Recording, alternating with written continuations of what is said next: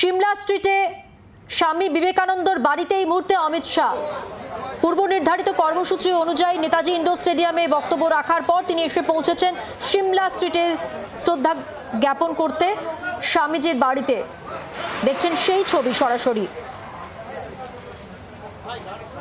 এর আগে ছিলেন নেতাজি ইন্ডোর স্টেডিয়াম এবং সেখান থেকে সরাসরি সিমলা স্ট্রিটে এসে পৌঁছলেন স্বামী বিবেকানন্দের বাড়িতে এবং শ্রদ্ধা জ্ঞাপন করছেন। এই মুহূর্তে দেখছেন সেই ছবি।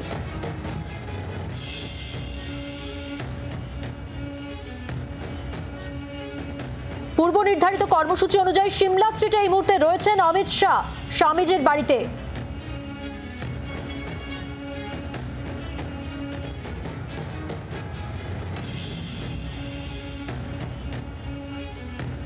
প্রতিনিধি কমলাক্ষ ভট্টাচার্য রয়েছেন এই মুহূর্তে আমাদের সঙ্গে টেলিফোন লাইনে। কমলাক্ষ, আমরা দেখতে পাচ্ছি অমিত শাহ তিনি স্বামীজির বাড়িতে এসে পৌঁছেছেন।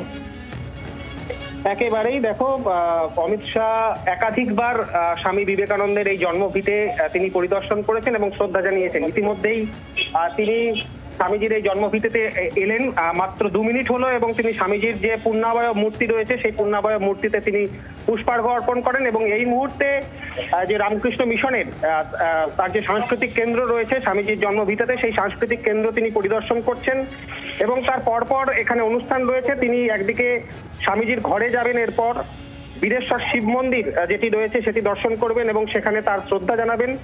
আজকে এরপর কিন্তু এই স্বামীজির জন্মভিটেতে যে অডিটোরিয়াম রয়েছে সেই অডিটোরিয়ামে প্রায় 100 জন বিশেষ নিমন্ত্রিত সাধু এবং সন্তদের সঙ্গে বিশেষ আলাপচারিতা রয়েছে তার।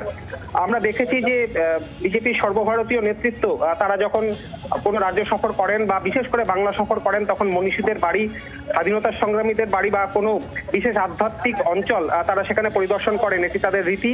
সেই অনুযায়ী কিন্তু ঠিক তেমন ভাবেই আজকেও স্বামীজির বাড়িকে বাছা হয়েছে। তবে এই সাধু সন্তদের সঙ্গে 100 জন সাধু সন্তদের সঙ্গে এই আলাপচারিতা, এটা কিন্তু ধন্যবাদ কমলাক্ষ। কথা বললাম প্রতিনিধি কমলাক্ষ ভট্টাচার্যর সঙ্গে।